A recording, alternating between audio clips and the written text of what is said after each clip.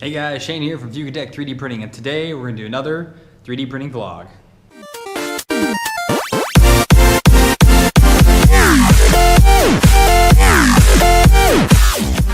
Hey guys, welcome back.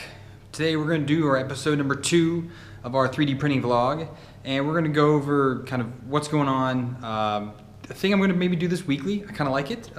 Can do some updates on other things that are going on. Get to see what mail came in, updates on some videos that are going to be coming out. So let's dive right into mail and see what came. Okay, so I ordered some parts for the Fugatech FT5. Last week you saw I ordered the E3D V6 and the E3D Volcano and the Titan. I also got in the all metal hot ends, but those were the like the Chinese knockoffs, I guess you can say. And I also ordered the knockoff of the E3D Titan, and here it is right here. So let's open it up and see how it is. So it comes in this plastic container here, and all the parts. Please read documentation before use. Wiki E3D online. Oh, they use the actual Titan off of their own wiki, not on their whoever made this. So it comes with a 3D printed spacer for it, which on the other ones they don't. You have to print your own, which this is actually kind of nice. And here it is. So I haven't used it. I haven't used the actual one yet. I plan on it, but like I said, a lot of people were talking about this. I figured why not give it a shot. It's 30 bucks. It's super cheap. So if you're one of those people that are tight on money, this might do it for you until you can save up, or if this is all you want. But you can do whatever you want. It's your money. So next up, we have a little box here from G-Tech, and I'm pretty sure I know what this is. It is, yes it is. So I had ordered a spare MK8 extruder for that because the one I have, it got pretty gunked up from a recent mishap of mine, which was letting something print and not watching it. So I wanted to have a backup online. I also wanted to have a backup stepper just in case something happened. You can't spare parts, especially something small like this.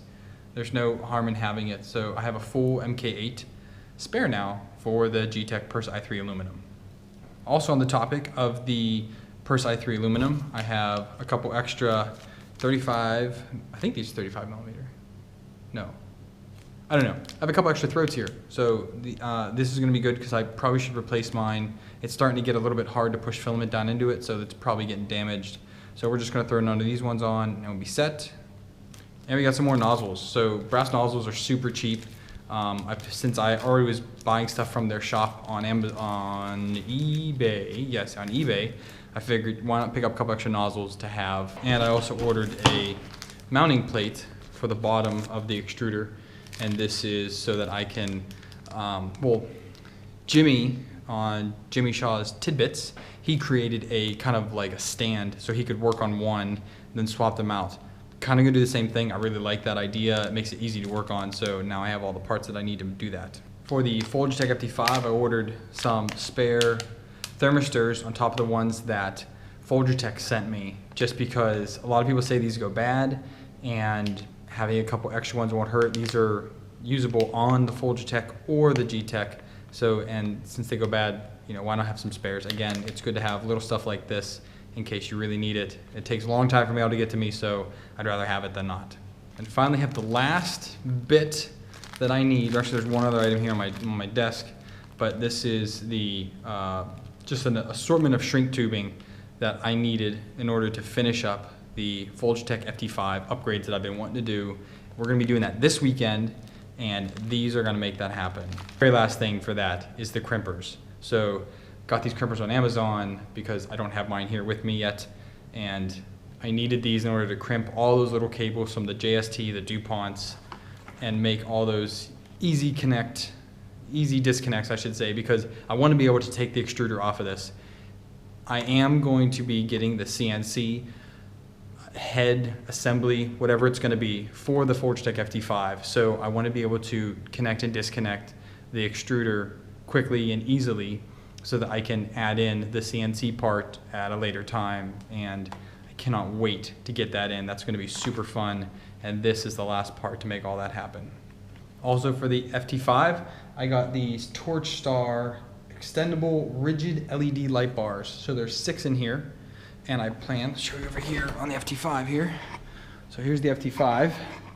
I plan on adding in the light bars on each of the 4 corners here, and then up here on top I'm going to put one on each side, or maybe one in front, one in back, but definitely one over here on this side. And I'm not sure because the cable chain here is kind of in the way, so I think some people did front and back, because this is where my GoPro usually sits, right like this, as it's moving and grooving, doing its thing. So we'll see what I decide, but those 6 are for the FT5. I'm gonna add a little switch, probably down in here. I'll drill out a little part, mount in the on-off switch, make it clean, and all the wiring will run down into here. I can take it down, way down in there, hide all the wire underneath. I have plenty of the cable holders now, and that is fantastic. So, and here on the FT5, I took off the top, as you can see, that's over here. So I took off the top triangles to hold the filament on. I wasn't too happy with that, maybe because I printed low infill. Either way, I wasn't happy with the results. So I printed out this simple, I think this is the Cossel one, but it's a 2020 holder. It's all it needs. It's super strong, 100% infill. I wanted to make sure that was going to be super duper strong. Up here I have a mounting point. So you can see right there, there's a hole goes through there. And then I have another one right here. So these are for this, which is a Bowden tube and some connectors. Now these connectors are huge, and they are definitely not going to fit in these tiny, tiny holes. And right now, as it stands, only the tube fits through them. So I'm not quite sure what I'm going to do about this. There's a couple options. Drill these out and see if I can fit in the actual snap caps, you know, whatever you want, these push release nozzle, you know, connectors, whatever the hell they are. I could try and drill these out, but they're huge. Or I could zip tie one side and make it so it doesn't really move. It's pretty tight in there, but you know, zip tie it so it doesn't move around, and then just loop it and zip tie it here as well. So I haven't really decided what I'm gonna do with that yet, but that's gonna be a decision I make when I do the E3D upgrade on this bad boy, which is gonna be coming up again this weekend. It's gonna be great. So I posted some pictures on my Facebook page and some of the groups about some super large prints that I'm doing. The first one is behind me, and that is the Imperial Shuttle. And the other one is a Millennium Falcon, but it failed.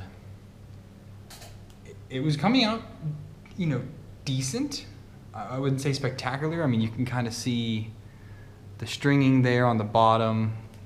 So this was supposed to be the no support model. And I have to say I'm not impressed at all with it. Maybe just because I'm printing it so doggone big, I should have did imprints on it. This is 200% of the model. I probably should have did supports, but you know, just supports from the build plate, because if I would have got supports in the middle here, you'd never get them out. It would fill the inside and you would lose the effect. But so what happened is the thermistor went bad on my FT5. So it inserts into a little port. So I had a regular thermistor, so I just wrapped some of that Krypton tape on it, shoved it in there, and it was snug, and it was printing well for days. I mean, that print there was 50 hours. I mean, it was printing fantastic. Then all of a sudden it decided to pop out. My extruder temperature went up to 351 degrees Celsius, melted the the tube in there, and yeah, so you can kind of see the burn on here when it got so doggone hot. And I had to stop it because it totally melted that, and it was already several layers higher than how high this was. That just wasn't too great. So I have, you know, 60% of the Millennium Falcon. I'm gonna do it again. I'm gonna do it 100% first and see to make sure how it prints. I kind of was dreaming a little bit big for this. And as you can see, I ran out of filament because clearly 268 meters of filament is more than half a roll. So a little miscalculation on my part, but it's okay. I had the filament, why not use it up? Maybe next time. Okay, so coming up, been kind of hitting at a lot of things. I got a 5-day weekend coming up. Gonna have a lot of work to do. We're gonna be hanging out with the family, but I really want to get this Fugatech FT5 upgraded to the E3D Volcano with a Titan extruder on it. I want to redo the wiring on it. I had some extra Ethernet cable lying around, yay. And I have the crimpers, I have some other cable here, and I can redo everything except for the nozzle, the heater cable. I don't have one long enough that is a proper gauge. Actually, I think I might. I'll have to look over there, but I don't think I do. I have to look through it and make sure. If I do, fantastic, we'll upgrade it. If not, so be it, and we'll do it at a later date. But I want to get the rest of it done. I have to get let's go up to it real quick so you can see. I have some wires kind of chilling here. So this is the thermistor. I actually had broken one of the wires somewhere in here, which is not fantastic. And then I had to run new wire up here for the fan in the back. So this fan here, which I'm going to be upgrading to, it's like a C, and it sits right here behind the nozzle, and that's supposed to be really good. A lot of people are talking about it on the Fugatech forum. There's 2 or 3 different ones right now. I'm sorry, the Fugatech Facebook group. There's two or three different versions now that people have out there. So I'm going to print maybe all of them, try them out, see how they go, and make my decision on whether I like them or not. One of the last things I want to talk about is Loot Crate. So I don't know if you guys subscribe to it. I've been subscribed to it for probably about 1.5 years now. So I have a pretty good collection. You might notice some of the shirts. This isn't one of them, but I usually like to wear their shirts. I'm kind of wondering if people would like unboxings of Loot Crates, or at least me just kind of go over, not unboxing, but just saying, oh hey, this is what comes in it. A lot of people, it's a super mysterious box, and just with the maker box that I subscribe to, you never know what you're going to get. We're going to quote Forrest Gump there. So I don't know if people would like it. Let me know in the comments. If not, so be it. I'll continue wearing their shirts and populating my shelves with their cool stuff. But if it's something that people would like to see, I wouldn't mind maybe doing on this channel or starting another channel for things like that, kind of just general nerdiness, geek stuff that I do on a daily basis, or building things. I'm trying to keep this channel maybe 3D printing related. But anyways, if it's something you guys would like to see, please leave a comment down below. Let me know what you think, and we'll go from there. Okay, guys. Well, thanks for tuning in. We're gonna conclude this vlog here now, and kind of get working on a lot of things this weekend. Keep you updated. So if you liked the video, give it a like. Always appreciate that. Subscribe to my channel. We're at 59 subscribers now.